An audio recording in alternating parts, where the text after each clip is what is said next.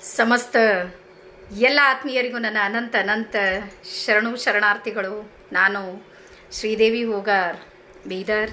ಇವತ್ತು ಮತ್ತೆ ನಾನು ಎಂದಿನಂತೆ ತಮ್ಮ ಎದುರಿಗೆ ಬಂದು ಕುಂತೀನಿ. ಜಗತ್ತಿನ ಸಕಲ ಚರಾಚರ ಜೀವರಾಶಿಗಳನ್ನು ಸಾಕಿ ಸಲುತ್ತಿರುವ ಆ ಪರಮೇಶ್ವರನ ಒಂದು ಕ್ಷಣವನ್ನು ಹೃದಯ ಮಂದಿರದಲ್ಲಿ ಸ್ಮರಿಸಿಕೊಳ್ಳುತ್ತಾ, ಜಗತ್ತಿನ ಮತ್ತೊಂದು ಸಲ ಹೇಳೋದು ಏನು ಅಂದರೆ, ಅತ್ಯಂತ ವಿಶಿಷ್ಟವಾದ, ವಿಭಿನ್ನವಾದ, ಅಷ್ಟೇ ಒಂದು ವಿನೂತನವಾದಂತಹ ವಿಚಾರಧಾರೆಯುಳ್ಳ ದೇಶ ಯಾವುದು ಅಂದರೆ ನಮ್ಮ ಭಾರತ.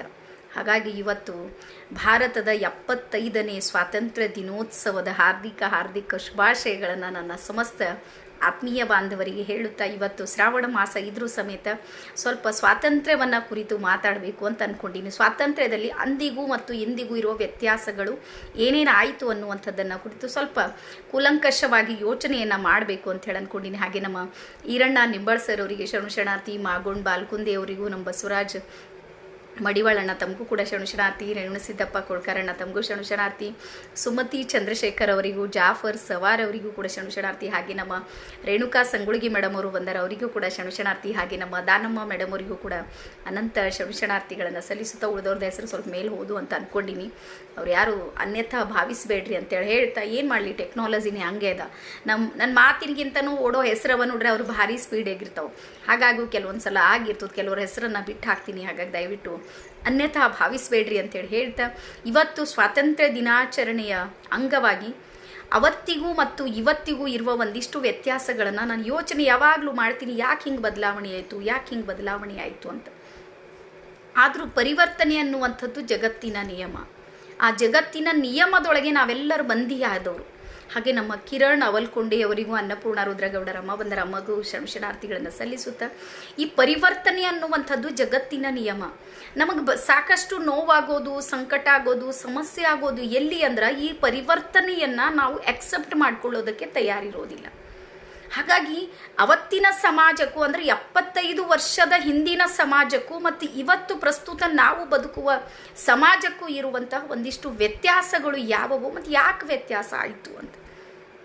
ಹಾಗಾಗಿ ಮೊದಲು ನೋಡ್ಬೇಕಂದ್ರೆ, 75 ವರ್ಷದ ಹಿಂದೆ ಮನುಷ್ಯಂದು ಒಂದೇ ಒಂದು ಗುರಿ ಉದ್ದೇಶ ಇತ್ತು. ಏನು ಅಂದ್ರೆ, ನಾವು ಸ್ವತಂತ್ರ ಆಗಬೇಕು ಅಂತ. ಬ್ರಿಟಿಷರ ಕಪಿಮುಷ್ಟಿಯಿಂದ ನಾವು ಹೊರಬಂದು, ನಾವು ಭಾರತೀಯರು ನಾವು ಸ್ವತಂತ್ರ ಆಗಬೇಕು, ಇಡೀ ಅಖಂಡ ಭಾರತವನ್ನು ಒಗ್ಗಟ್ಟಾಗಿ ಜೀವನವನ್ನು ಮಾಡಬೇಕು ಅನ್ನುವಂಥದ್ದೇ ಒಂದು ಗುರಿಯಾಗಿತ್ತು ಅವತ್ತು. ಆದರೆ ಇವತ್ತು ನಾವು ಸಂಪೂರ್ಣ 75 ಇಯರ್ಸ್, 75 ವರ್ಷದಲ್ಲಿ ಇವತ್ತು ನಾವೆಲ್ಲರೂ ಸಂಪೂರ್ಣ, ನಾವು ಯಾರು ಗುಲಾಮರಿಲ್ಲ. ರಿಯಲ್ ಆಗಿ ಹೇಳ್ತೀನಿ. ಇವತ್ತು ಸರ್ಕಾರನೂ ಸಮೇತ, ಪೇರೆಂಟ್ಸು ಸಮೇತ ಮಕ್ಕಳಿಗೇನೋ ಬೈಯಂಗಿಲ್ಲ ಅನ್ನೋಂಗಿಲ್ಲ, ಟೀಚರ್ಸು ಸಮೇತ ಮಕ್ಕಳಿಗೇನೋ ಹೊಡೆಯಂಗಿಲ್ಲ, ಬಡಿಯೋಂಗಿಲ್ಲ. ಇಷ್ಟೊಂದು ಸ್ವಾತಂತ್ರ್ಯ ಇವತ್ತು ಸಿಕ್ಕಿದೆ. ಆದ್ರೆ ವ್ಯತ್ಯಾಸ ಏನಾಗ್ತಾ ಇದೆ ಅಂತ ಬಹಳಷ್ಟು ಸಲ ನನಗನ್ಸೋದು ಏನು ಅಂದ್ರೆ, ಅತಿಯಾದ ಸ್ವಾತಂತ್ರ್ಯನೂ ಸಮೇತ ಕೆಲವೊಮ್ಮೆ ಸ್ವೇಚ್ಛಾಚಾರ ಆಗಿರ್ತದೆ. ಅಂದ್ರೆ ಅತಿಯಾದ್ರೆ ಯಾವುದು ಹಿತವಾಗಿರೋದಿಲ್ಲ. ಅದು ಒಂದು ಹಿಡಿತಕ್ಕೆ ಇರಬೇಕು, ಒಂದು ಲಿಮಿಟ್ದೊಳಗಿರಬೇಕು. ಹಾಗಾಗಿ ಈ ಬಂದಿರುವಂಥ ಸ್ವಾತಂತ್ರ್ಯವನ್ನು ನಾವು ಸರಿಯಾಗಿ ಬಳಸ್ಕೊಳ್ತಾ ಇಲ್ಲ ಏನು ಅಂತೇಳಿ ನನಗೆ ಭಾಳಷ್ಟು ಸಲ ಅನಿಸೋದು. ಸ್ವಾತಂತ್ರ್ಯ ಸಿಕ್ಕಿದೆ ಅವತ್ತು ನೋಡ್ರಿ, ಸ್ವಾತಂತ್ರ್ಯ ಇರಲಾರದ ಕಾಲಕ್ಕೆ ಸ್ವಾತಂತ್ರ್ಯಕ್ಕಾಗಿ ಹೋರಾಟ ಮಾಡಿ ರಕ್ತದ ಕೋಡಿಯನ್ನು ಹರಿಸಿರುವಂಥ ಅದೆಷ್ಟು ಸ್ವತಂತ್ರ ಹೋರಾಟಗಾರರ ಪ್ರತಿಮೆಗಳನ್ನು ನಾವು ಇಟ್ಟಿವಿ. ಅವರನ್ನು ಯಾವಾಗ ಸ್ಮರಣೆ ಮಾಡ್ತೀವಿ ಅಂದ್ರೆ, ಅವ್ರದ್ದು ತಿಥಿ ದಿವಸ ಅಂದ್ರೆ ಅವ್ರ ಮರಣದ ದಿನ ಅಥವಾ ಅವ್ರ ಜನ್ಮದಿನ 2 ಸಲ ಬಂದಿರ್ತಾವೆ ನೋಡ್ರಿ. ಅವತ್ತು ಮಾತ್ರ ಯಾರೋ ಒಬ್ರು ಪೋಸ್ಟ್ ಹಾಕ್ತಾರೋ, ಎಲ್ಲರೂ ವಿಶ್ ಮಾಡ್ತಿರ್ತೀವಿ. ರಿಯಲ್ ಆಗಿ ಅವ್ರ ಮನೆಗೆ ಏನಾದರೂ ನಾವು ಹೋದ್ರಲ್ಲಿ ಗತಿ ಕೇಳೇ ಬೇಡ್ರಿ. ಆ ಕುಟುಂಬಗಳ ಗತಿ ಏನಿದೆ ನೋಡ್ರಿ, ಬಹಳಷ್ಟು ಸಂಕಟದ ಸ್ಥಿತಿಯಲ್ಲಿದ್ದಾರೆ. ಆ ಕುಟುಂಬದಿಂದ ದೊಡ್ಡ ವೀರರು ಜನಿಸಿರುವಂಥ ಕುಟುಂಬಕ್ಕೆ ಇವತ್ತು ರಿಯಾಲಿಟಿ, ನೀವೇನಾದರೂ ರಿಯಾಲಿಟಿ ಶೋ ನಡೀತಾವೆ ನೋಡ್ರಿ, ಈ ಶೋ ಬಿಟ್ಟು ಆ ಶೋಗೆ ತೋರಿಸ್ರಿ ಬೇಕಾದ್ರೆ ಕಣ್ಣೀರು ನಮಗೆ ಬಹಳಷ್ಟು ಬಂದಿರ್ತಾವೆ.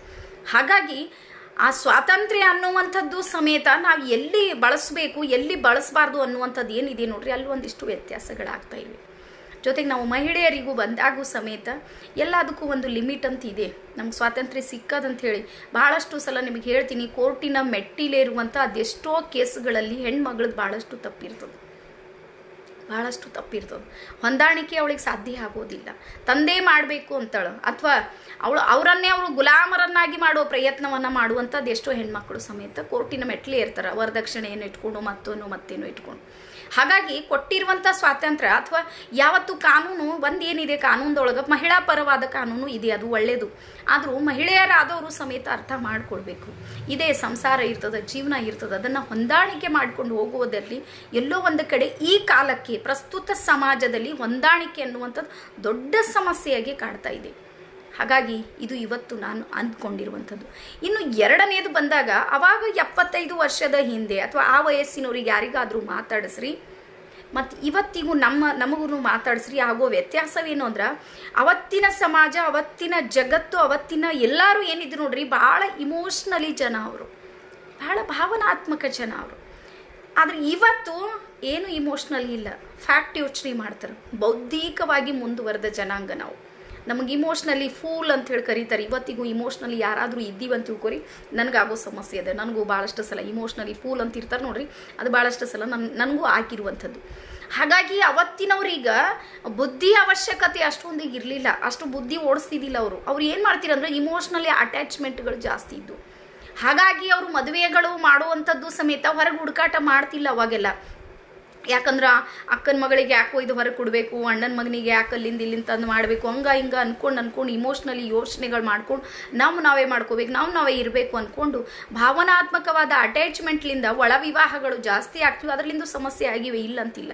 ಆದರೆ ಇವತ್ತು ನಾವು ಕೇವಲ ಬೌದ್ಧಿಕವಾದ ಯೋಚನೆಗಳನ್ನಷ್ಟೇ ಮಾಡ್ತಾ ಇದ್ದೀವಿ. ಆದರೆ ನಿಮ್ಗೆ ಹೇಳ್ತೀನಿ, ಮನುಷ್ಯನ ಶರೀರದ ರಚನೆಯನ್ನು ನೀವೇನಾದರೂ ಅರ್ಥ ಮಾಡ್ಕೊಂಡ್ರೆ, ನಮ್ಮ ಮೆದುಳು ಏನಿದೆ ನೋಡ್ರಿ, ಮೆದುಳಿನಲ್ಲಿರುವ 2 ಭಾಗಗಳಲ್ಲಿ ಒಂದು ಸಂಪೂರ್ಣ ಭಾವನಾತ್ಮಕ ಯೋಚನೆಗಳ ಮೇಲೆ ಡಿಪೆಂಡ್ ಆದ್ರೆ, ಇನ್ನೊಂದು ಸಂಪೂರ್ಣ ಬೌದ್ಧಿಕ ಯೋಚನೆಗಳ ಮೇಲೆ ಡಿಪೆಂಡ್ ಆಗಿದೆ.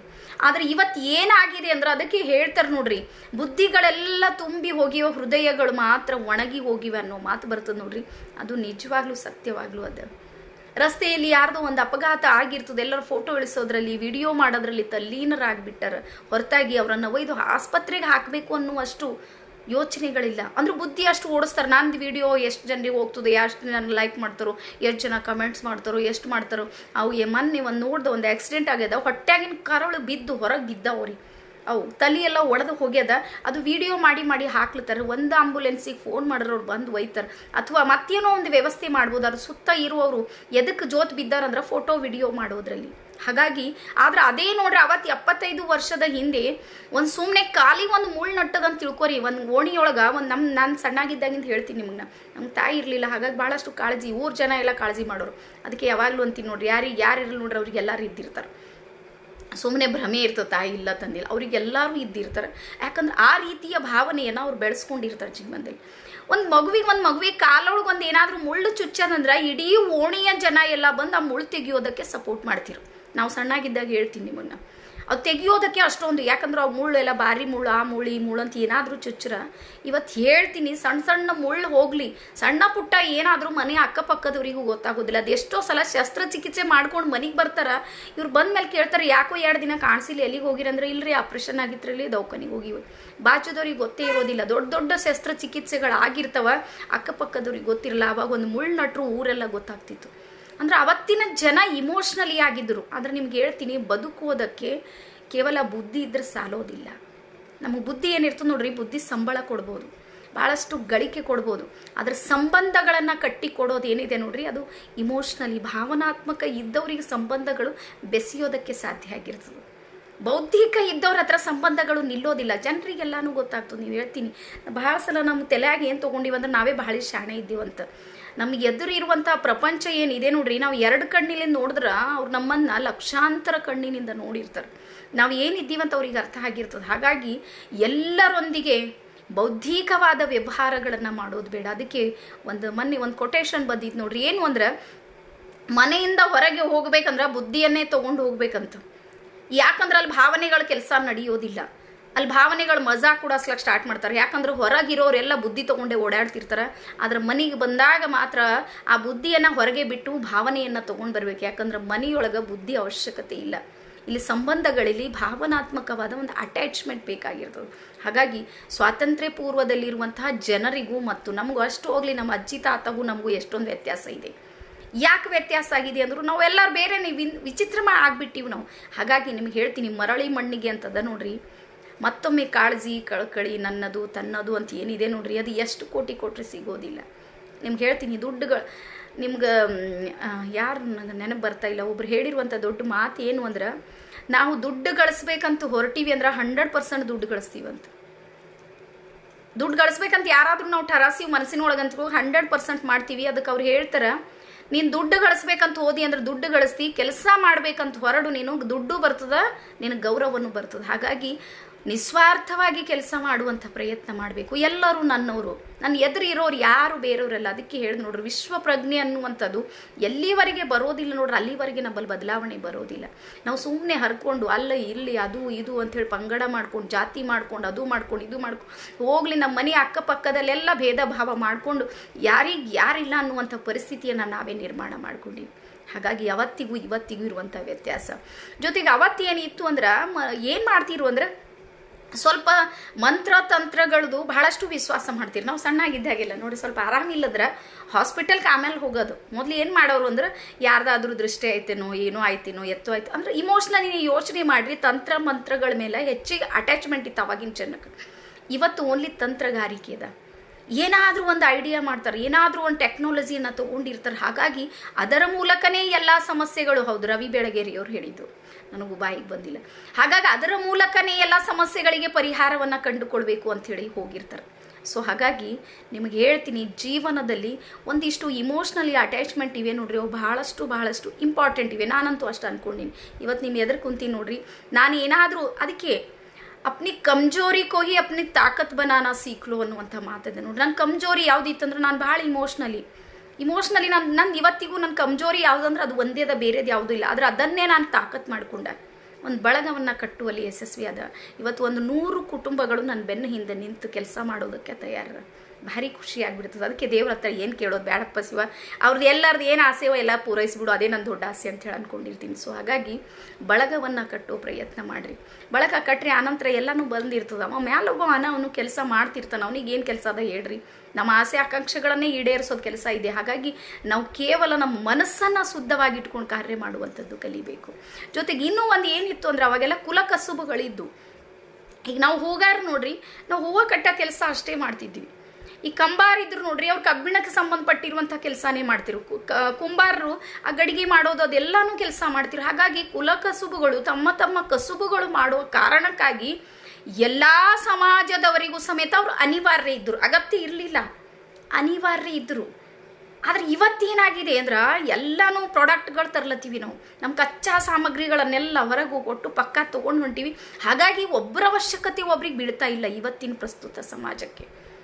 ನಿಮ್ಗೆ ಹೇಳ್ತೀನಿ, ಹೂವು ಕಟ್ಟೋರು ಎಲ್ಲಿ ಮಂದಿ ಯೋಚನೆ ಮಾಡ್ರಿ ನೀವು. ಇಲ್ಲ ಈಗ ಮತ್ತೆ ಪ್ಲಾಸ್ಟಿಕ್ ಹೂಗಳು ಬಂದವು, ಬಾಡಂಗೆ ಇಲ್ಲ. ಯಾರಾದರೂ ಡೆತ್ ಆಗ್ಯಾರ ಅಂತ ತಿಳ್ಕೊರಿ, ತಂದು ಒಂದು ಪ್ಲಾಸ್ಟಿಕ್ ಹಾಕಿವಿ ಅಂತ ತಿಳ್ಕೊರಿ, ಮತ್ತದು 2 ವರ್ಷ ಬಾದ್ ಧೂಳದ್ದಿರ್ತದೆ ನೋಡ್ರಿ. ಅವಾಗ ಅಯ್ಯೋ ಭಾಳ ಧೂಳಾಗ್ಯದು, ಹೋಗ್ಲಿ ಅದನ್ನು ತೆಗ್ದು ಇನ್ನೊಂದು ಹೊಸ ತರಿ. 2 ವರ್ಷ ನಡೀತಾವೆ ಈಗಿನ ಹೂವುಗಳು. ಅದೇ ರೀತಿ ಎಲ್ಲನೂ ಅವಾಗ ಕುಂಬಾರರಿದ್ರು, ಇವತ್ತು ಅವ್ರಿಗೆ ಅವಶ್ಯಕತೆ ಇಲ್ಲ. ಯಾಕಂದ್ರೆ ಪ್ಲಾಸ್ಟಿಕ್ ಕೊಡೋ ಬಂದುಬಿಟ್ಟವು. ಒಂದು ಪ್ಲಾಸ್ಟಿಕ್ ಕೊಡೋ ನೀವು ತೊಗೊಂಡು ಬರ್ರಿ, ಅದು ತಯಾರಾಗಿರುವಂಥದ್ದು ಪ್ಲಾಸ್ಟಿಕ್ಲಿಂದ ಅದ್ರಲ್ಲಿಂದ ಎಷ್ಟು ರೋಗ ಬರ್ಲತ್ತವ, ಎಷ್ಟು ನಮ್ಗೆ ಹಾನಿ ಆಗ್ತದೆ, ಎಷ್ಟು ಶರೀರದೊಳಗೆ ಏನೇನು ಆಗ್ಲತ್ತದ, ವ್ಯತ್ಯಾಸ ಆಗ್ಲತ್ತದ, ಅದು ಸೆಕೆಂಡ್ರಿ ಯೋಚನೆ.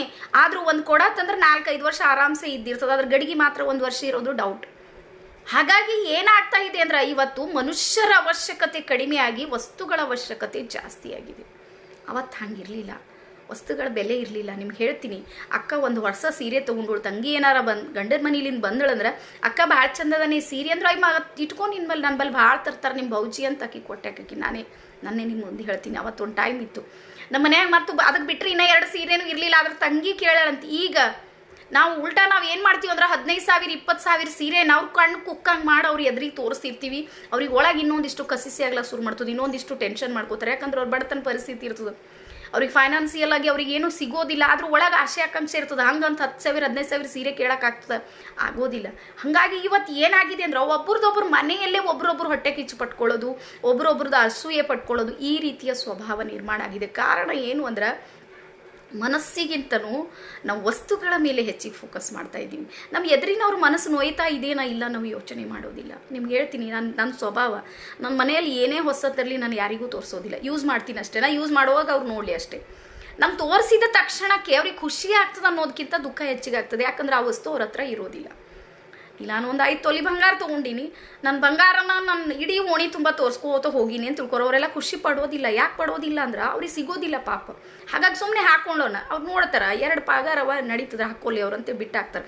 ಅದನ್ನು ಬಿಟ್ಕೊಟ್ಟು ಅವ್ರು ಇಮೋಷ್ನಲಿ ಅವ್ರಿಗೆ ಹ್ಯಾಂಗಾಗ್ತದೆ ನೋಡೋಣ ಅಂತೇಳಿ ಮನಿ ತಿರ್ಗಾಡಿ ಡೊಂಗೂರು ಸಾರಿ ತೋರಿಸೋದು ಅದ ನೋಡ್ರಿ, ಅವ್ರಿಗೆ ಇನ್ನೊಂದಿಷ್ಟು ಮಾನಸಿಕ ಹಿಂಸೆ ಕೊಟ್ಟಂಗೆ ಆಗ್ತದೆ. ಹಾಗಾಗಿ ವಸ್ತುಗಳ ಮೇಲಿನ ಪ್ರೀತಿಗಾಗಿ ಅದೆಷ್ಟೋ ಸಲ ಮನಸ್ಸುಗಳನ್ನು ನಾವು ಕಳ್ಕೊಳ್ತಾ ಇದ್ದೀವಿ. ಇದು ವ್ಯತ್ಯಾಸ.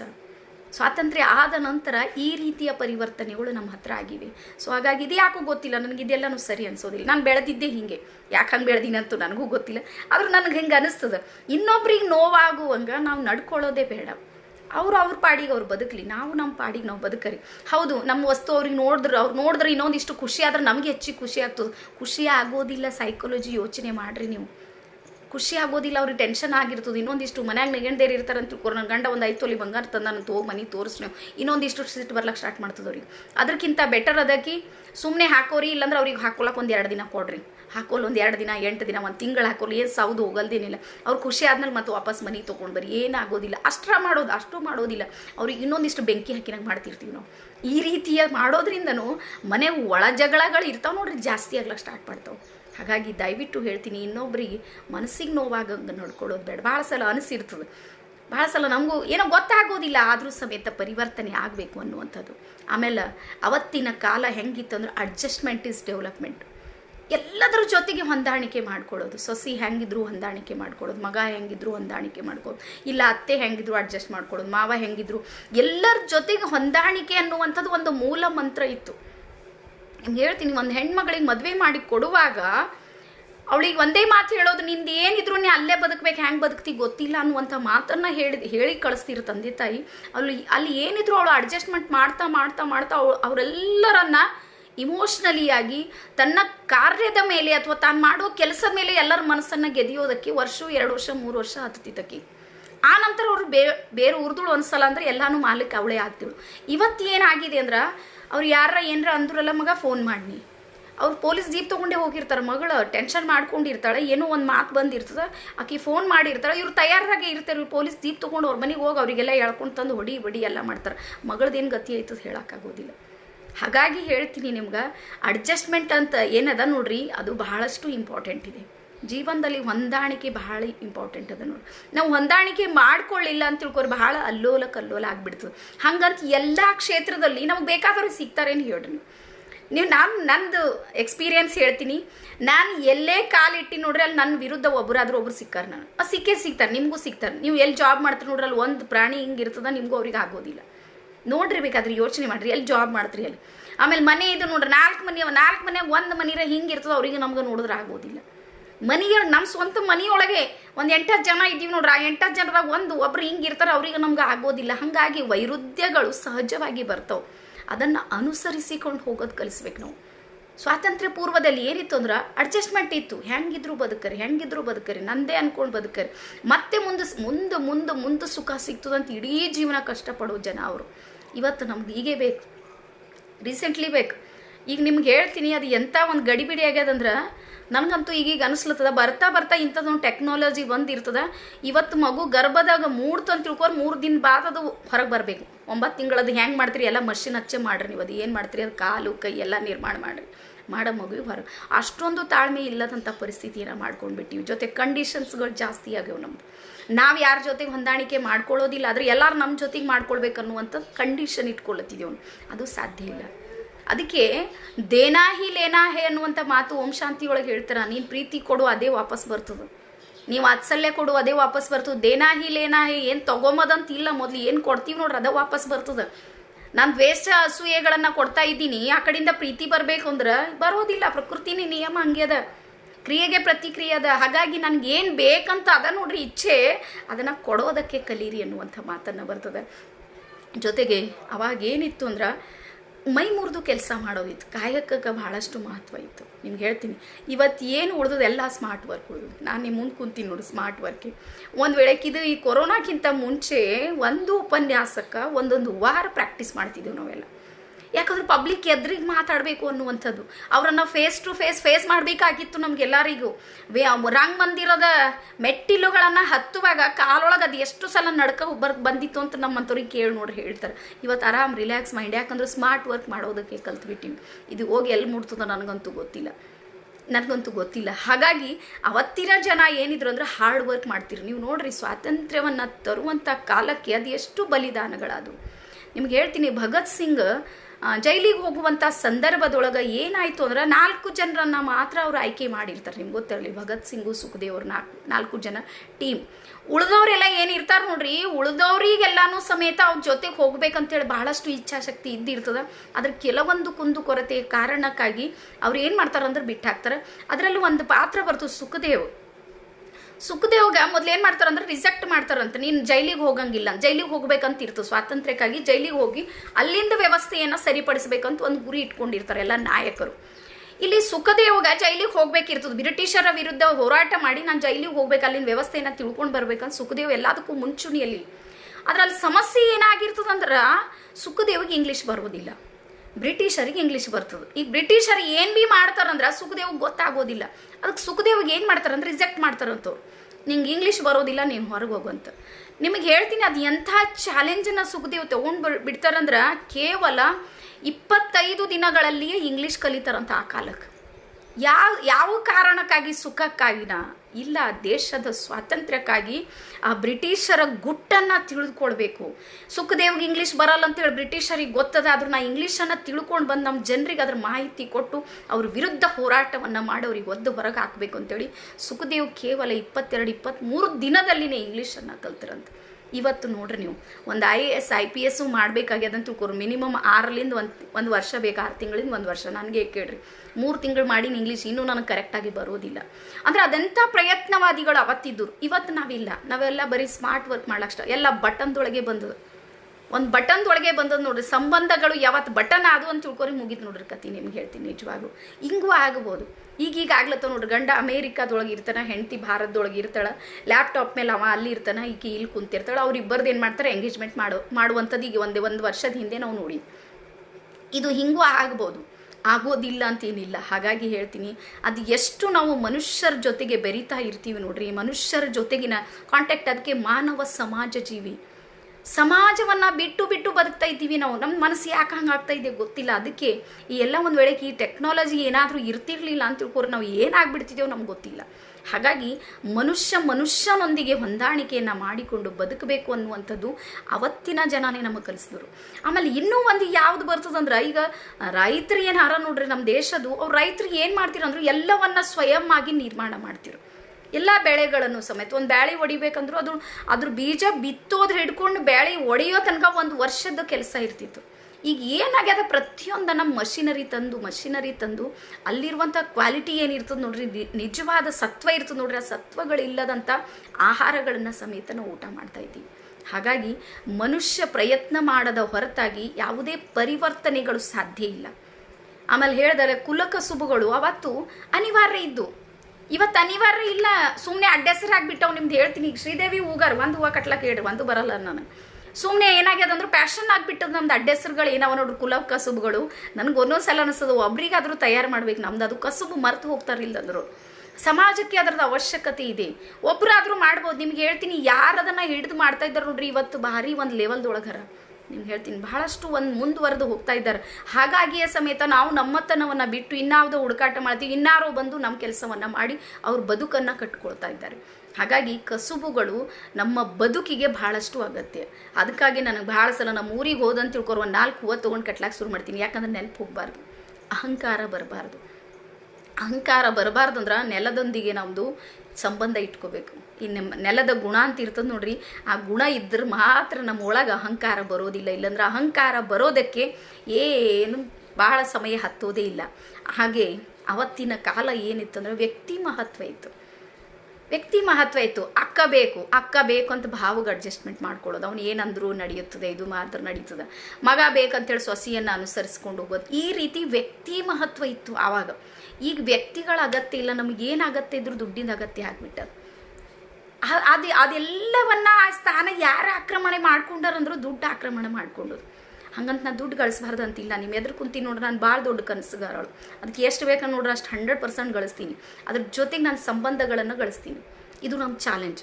ದುಡ್ಡು ಗಳಿಸೋದು ಅಷ್ಟೇ ನಂದು ಏಮ್ ಇಲ್ಲ, ಮತ್ತು 100% ಗಳಿಸ್ತೀನಿ ಇದು ಅಂತ ನಿಮ್ಮ ಮುಂದೆ ನಾನು ಡೈರೆಕ್ಟಾಗಿ ಹೇಳ್ತಾ ಇದ್ದೀನಿ. ಸೊ ಹಾಗಾಗಿ ಅದು ಯಾಕೆ ಗಳಿಸ್ಬೇಕು ಅಂದರೆ ಅದಕ್ಕೆ ಹೇಳಿದ್ ನೋಡ್ರಿ, ದುಡ್ಡು ಅನ್ನುವಂಥದ್ದು ಒಳ್ಳೆಯವ್ರ ಹತ್ರ ಬಂತು ಅಂದರೆ ಒಳ್ಳೆ ಕೆಲಸ ಮಾಡಿಸ್ತದದು. ಆಮೇಲೆ ಅದೇ ದುಡ್ಡು ಏನಾದರೂ ಕೆಟ್ಟವ್ರ ಹತ್ರ ಹೋದ್ರೆ ಕೆಟ್ಟ ಕೆಲಸ ಮಾಡಿಸಿರ್ತದೆ. ಹಾಗಾಗಿ ನನಗೆ ದುಡ್ಡಿನ ಅವಶ್ಯಕತೆ, ನಾನು ಟ್ರಸ್ಟಿಗಾಗಲಿ ಮತ್ತೊಂದು ಕೆಲಸಕ್ಕೆ ಬೇಕೇ ಬೇಕಾಗಿರ್ತದೆ. ಆದರೆ ಅದ್ರ ಜೊತೆಗೆ ಸಂಬಂಧವನ್ನು ಕಟ್ಟುವಂಥ ಪ್ರಯತ್ನವನ್ನು ನಾನು ಮಾಡ್ತಾ ಇದ್ದೀನಿ. ಸೊ ಹಾಗಾಗಿ ಆಮೇಲೆ ಅವತ್ತು ಏನಾಗ್ತಿತ್ತಂದ್ರೆ ಜ್ಞಾನವನ್ನು ನೋಡಿ ಅಳತೆ ಮಾಡ್ತಿರೋ. ಗಾಂಧೀಜಿಯವ್ರ ಹತ್ರ ಏನೂ ದುಡ್ಡು ಇರಲಿಲ್ಲ, ನಿಮಗೆ ನಿಜವಾಗ್ಲೂ ಹೇಳ್ತೀನಿ. ಅವ್ರು ದಕ್ಷಿಣ ಆಫ್ರಿಕಾದಿಂದ ವಾಪಸ್ ಬರುವಾಗ ಅವ್ರು ಎಷ್ಟು ಇಮಾನ್ದಾರಿ ಅನ್ನುವಂಥದ್ದು ಒಂದು ಮಾತು ಹೇಳ್ತೀನಿ. ಅವ್ರು ಅಲ್ಲಿಂದ ವಾಪಸ್ ಬರುವಾಗ ಅಲ್ಲಿಂದೆಲ್ಲ ಏನು ಮಾಡ್ತಾರೆ, ದಕ್ಷಿಣ ಆಫ್ರಿಕಾದಲ್ಲಿರುವಂಥ ಭಾರತೀಯರೆಲ್ಲ ಭಾಳಷ್ಟು ಗೌರವದಿಂದ ಇವ್ರಿಗೆ ಭಾಳ ದುಬಾರಿಯಾಗಿರುವಂಥ ಕಾಣಿಕೆಗಳನ್ನು ಕೊಡ್ತಾರಂತೆ. ಭಾರತಕ್ಕೆ ವಾಪಸ್ ಬರುವಾಗ ಭಾಳ ದುಬಾರಿ ಅಂದ್ರೆ ಭಾಳ ಎಲ್ಲಾನು ಬಂಗಾರ ಬೆಳ್ಳಿ ಎಲ್ಲಾನು ಕೊಡ್ತಾರವ್ರಿಗೆ ಅಲ್ಲಿನವ್ರು ದಕ್ಷಿಣ ಆಫ್ರಿಕಾದಲ್ಲಿರುವಂಥ ಭಾರತೀಯರು. ಆವಾಗ ಕಸ್ತೂರ್ಬಾ ಏನು ಮಾಡ್ತಾರಂದ್ರೆ ಅದರೊಳಗೆ ಒಂದು ಲಾಕೆಟ್ ಇರ್ತದಂತ, 1 ತೊಲಿದ ಲಾಕೆಟು. ಆ ಒಂದು ಲಾಕೆಟನ್ನು ತೆಗೆದು ಸೈಡಿಗೆ ಇಟ್ಟಿರ್ತಾರಂತ. ಗಾಂಧೀಜಿ ಅವ್ರು ಏನು ಮಾಡ್ತಾರಂದ್ರೆ ಇಡೀ ರಾತ್ರಿ ಅವು ಬಂದಿರುವಂಥದ್ದು ಎಲ್ಲ ಏನು ಕೊಟ್ಟಿರ್ತಾರೆ ನೋಡ್ರಿ ಕಾಣಿಕೆಗಳು, ಅದೆಲ್ಲನೂ ಕರೆಕ್ಟಾಗಿ ಸೆಟ್ ಮಾಡಿ ಒಂದು ಸೈಡಿಗೆ ಇಡ್ತಾರಂತ. ಅವಾಗ ಕಸ್ತೂರ್ಬಾ ಕೇಳ್ತಾರಂತೆ, ಯಾಕಂದ್ರೆ ಇದೆಲ್ಲನೂ ಮಾರಾಟ ಮಾಡೋದಕ್ಕೆ ಅಂತ. ಇದು ಯಾಕೆ ಮಾರಾಟ ಮಾಡ್ತೀರಿ ಅಂದ್ರೆ ಇದನ್ನು ನನ್ನ ದೇಶಕ್ಕೆ ಒಯ್ಲಾಕ ನನಗೆ ಇಷ್ಟ ಇಲ್ಲ. ಯಾಕಂದ್ರೆ ಇದೆಲ್ಲ ಬಹಳಷ್ಟು ಬೆವರಿನಿಂದ ರಕ್ತದಿಂದ ಬಂದಿರುವಂಥದ್ದು. ಹಾಗಾಗಿ ಇಲ್ಲಿನ ಜನರ ಸ್ವಾತಂತ್ರ್ಯಕ್ಕಾಗಿ ಇಲ್ಲಿ ಹಣದ ಅವಶ್ಯಕತೆ ಬಹಳಷ್ಟು ಇದೆ. ಹಾಗಾಗಿ ಇದನ್ನು ಮಾರಾಟ ಮಾಡ್ತೀನಿ, ಅದು ಲಾಕೆಟ್ ಕೊಡು ಅಂದಾಗ ಕಸ್ತೂರ್ಬಾ ಕೊಡೋದಕ್ಕೆ ತಯಾರಿರೋದಿಲ್ಲ ಅಂತ. ಇದನ್ನು ನಾನು ನನ್ನ ಸಲುವಾಗಿಲ್ಲ, ನನ್ನ ಸೊಸಿಗಾಗಿ ಇಟ್ಟೀನಿ ಅಂತ ಕಸ್ತೂರ್ಬಾ ಹೇಳಿದ್ರೆ, ನಾ ಸೊಸಿಗೆ ಮಾಡಿಸೋ ಮಗ ಇರ್ತಾನ, ನೀನೇನು ಹೇಳೋದು ಜರೂರತ್ತಿಲ್ಲ ಅಂತ ಅವಳ ಜೊತೆ ಜಗಳ ಆಡಿ ಆ ಇರೋ ಒಂದು ಲಾಕೆಟ್ ಸಮೇತ ತೆಕ್ಕೊಂಡು ಬಿಡ್ತಾರೆ. ಆದ್ರೆ ಇವತ್ತು ನೋಡ್ರಿ, ಇವತ್ತು ಪ್ರಶ್ನೆ ಏನು ಅಂದ್ರೆ ಇನ್ನೂ ಬೇಕು ಅಂತ ಹೇಳಿ ಅಂತೀವಿ. ಹಾಗಾಗಿ ಗಾಂಧೀಜಿಯವರು ಆ ಕೊಟ್ಟಿರುವಂಥ ಅಷ್ಟು ಎಲ್ಲವನ್ನ ಮಾರಾಟ ಮಾಡಿ ಅವತ್ತು 26,000 ರೂಪಾಯಿ ಜಮಾ ಆಗಿರ್ತದಂತೆ. 26,000 ಅಂದ್ರೆ ಇವತ್ತಿನ 26 ಲಕ್ಷಕ್ಕಿಂತನೂ ಹೆಚ್ಚು. ಆ 26,000 ರೂಪಾಯಿನ ತಗೊಂಡು ದಕ್ಷಿಣ ಆಫ್ರಿಕಾದಲ್ಲಿ ಒಂದು ಕಚೇರಿಯನ್ನು ಓಪನ್ ಮಾಡ್ತಾರೆ ಸ್ವಾತಂತ್ರ್ಯ ಹೋರಾಟಗಾರರಿಗಾಗಿ. ಅಲ್ಲಿನ ಮಾಹಿತಿಯನ್ನು ಭಾರತಕ್ಕೆ ರವಾನೆ ಮಾಡಬೇಕು ಅವರು. ಆಮೇಲೆ ಭಾರತದ ಒಂದಿಷ್ಟು ಸಂದೇಶಗಳನ್ನು ಅಲ್ಲಿಗೆ ಹೋಗಬೇಕು. ಅಲ್ಲಾಗುವಂಥ ಪ್ರಗತಿಯನ್ನು ಏನೇನಾಯಿತು ಏನೇನಿಲ್ಲ, ಏನು ಬಿಟ್ಟು ಬಂದಿರು, ಏನಾಯಿತು, ಯಾರು ಏನು ಮಾಡ್ತಾ ಇದ್ದಾರೆ, ಇದೆಲ್ಲದಕ್ಕೂ ದುಡ್ಡು ಬೇಕು, ಓಡಾಡೋದಕ್ಕೆ ದುಡ್ಡು ಬೇಕು, ಸಪೋರ್ಟ್ ಮಾಡೋದಕ್ಕೆ ದುಡ್ಡು ಬೇಕು ಅಂತ ಆ 25,000-26,000 ಡೆಪಾಸಿಟ್ ಅಲ್ಲೇ ಮಾಡಿ ಗಾಂಧೀಜಿಯವರು ಬರ್ತಾರೆ. ಅದಕ್ಕೆ ಇವತ್ತಿಗೂ ನಾವು ನೆನೆಸೋದು ಒಂದಿಷ್ಟು ಇವೆ ದೋಷಗಳಿವೆ. ಭಾರತ ಪಾಕಿಸ್ತಾನದ ಈ ಸಮಸ್ಯೆ ಬಂದಾಗ ನಮಗೆ ಸಿಟ್ಟು ಎಲ್ಲರಿಗೂ ಬರ್ತದೆ, ನಿಮಗೂ ಬಂದಿರ್ತದೆ, ನಮಗೂ ಬಂದಿರ್ತದೆ. ಆದರೆ ಅವತ್ತಿನ ಅನಿವಾರ್ಯತೆ ಅವ್ರಿಗೆ ಏನಿತ್ತಂದ್ರೆ ನಮಗೇನು ಗೊತ್ತದೆ ಹೇಳ್ರಿ, ನಮಗೇನು ಅರ್ಥ ಆಗ್ತದೆ? ಆಗೋದಿಲ್ಲ. ಮನುಷ್ಯ ಯಾವಾಗಲೂ ಪರಿಸ್ಥಿತಿಯ ಕೈಗೊಂಬೆ ಇರ್ತಾನೆ. ಹಾಗಾಗಿ ಏನೋ ಒಂದು ಪರಿಸ್ಥಿತಿ ಬಂದಿರಬೇಕು, ಆಗಿರ್ಬೋದು. ಆದರೆ ಆ 1% ಬಿಟ್ಟು ನಾವು ಏನಾದರೂ ಯೋಚನೆ ಮಾಡಿದ್ರೆ 99% ಗಾಂಧೀಜಿಯವರ ಬದುಕು ಬಹಳ ಅದ್ಭುತವಾದ ಬದುಕು. ಹಾಗಾಗಿ ಎಲ್ಲರೂ ನಾವು ಓದಬೇಕು. ನಾವು ಓದಿಲ್ಲ ಅಂದ್ರೆ ಏನೂ ಅರ್ಥ ಆಗೋದಿಲ್ಲ ನೋಡ್ರಿ, ಏನೂ ಅರ್ಥ ಆಗೋದಿಲ್ಲ. ಹಾಗಾಗಿ ಹೇಳ್ತೀನಿ, ದಯವಿಟ್ಟು ಜೀವನದಲ್ಲಿ ಪರಿವರ್ತನೆ ಅನ್ನುವಂಥದ್ದು ಬೇಕು. ಹಾಗೆ ಸ್ವಾತಂತ್ರ್ಯವನ್ನು ಬರೀ ಸ್ವೇಚ್ಛಾಚಾರವಾಗಿ ಬಳಸೋದು ಬೇಡ. ಸ್ವತಂತ್ರವಾಗಿ ಬಳಸೋಣ, ಸಕಾರಾತ್ಮಕವಾಗಿ ಬೆಳೆಸೋಣ. ಜೊತೆಗೆ ನಮ್ಮ ಏಳಿಗೆಗಾಗಿ ಆ ಸ್ವಾತಂತ್ರ್ಯವನ್ನು ಬಳಸೋಣ, ಅಥವಾ ಇನ್ನೊಬ್ಬರ ಪ್ರೋತ್ಸಾಹಕ್ಕಾಗಿ ಸ್ವಾತಂತ್ರ್ಯವನ್ನು ಬಳಸೋಣ. ಸ್ವಾತಂತ್ರ್ಯ ಇದೆ ಅಂಥೇಳಿ ಅಂದ್ಕೊಂಡು ಅವ್ರಿಗೆ ಬೈದ, ಅವ್ರಿಗೆ ಅವಮಾನ ಮಾಡ್ದ, ಇದು ನಿಜವಾದ ಸ್ವಾತಂತ್ರ್ಯ ಅಲ್ಲ. ಸ್ವಾತಂತ್ರ್ಯ ಅನ್ನುವಂಥ ಅರ್ಥನೇ ನಾವು ಎಲ್ಲೋ ಒಂದು ಕಡೆ ಕೆಡಿಸ್ಕೊಂಡು ಬಿಟ್ಟಿವಿ. ಹಾಗಾಗಿ ದಯವಿಟ್ಟು ಬದಲಾವಣೆ ಭಾಳಷ್ಟು ನಮ್ಗೆ ಅನಿವಾರ್ಯ ಇದೆ ಅನ್ನುವಂಥ ಮಾತನ್ನು ಹೇಳ್ತಾ ಇವತ್ತಿನ ನನ್ನ ವಿಚಾರಕ್ಕೆ ಸ್ವಲ್ಪ ವಿಭಿನ್ನವಾಗಿ ಮಾತಾಡಿ ನಂಗೆ ಅನಿಸ್ತು. ಇವತ್ತಿಗೂ ಯಾಕೆ ಇಂಥ ವ್ಯತ್ಯಾಸ ಆಗಿರಬೇಕು ಅನ್ನುವಂಥದ್ದು ಒಂದು ಕಾರಣವನ್ನು ಇಟ್ಕೊಂಡು ನಿಮ್ಮ ಜೊತೆಗೆ ನಾನು ಮಾತಾಡಿದ್ದೀನಿ. ಹಾಗೆ ನಾಳೆ ಮತ್ತೆ ಇದೇ ಸಮಯಕ್ಕೆ ಹಾಜರಾಗ್ತೀನಿ ಅಂತೇಳಿ ಹೇಳ್ತಾ ಎಲ್ಲರಿಗೂ ಅನಂತ ಧನ್ಯವಾದ. ಶರಣಾರ್ಥಿ. ನಮಸ್ಕಾರ.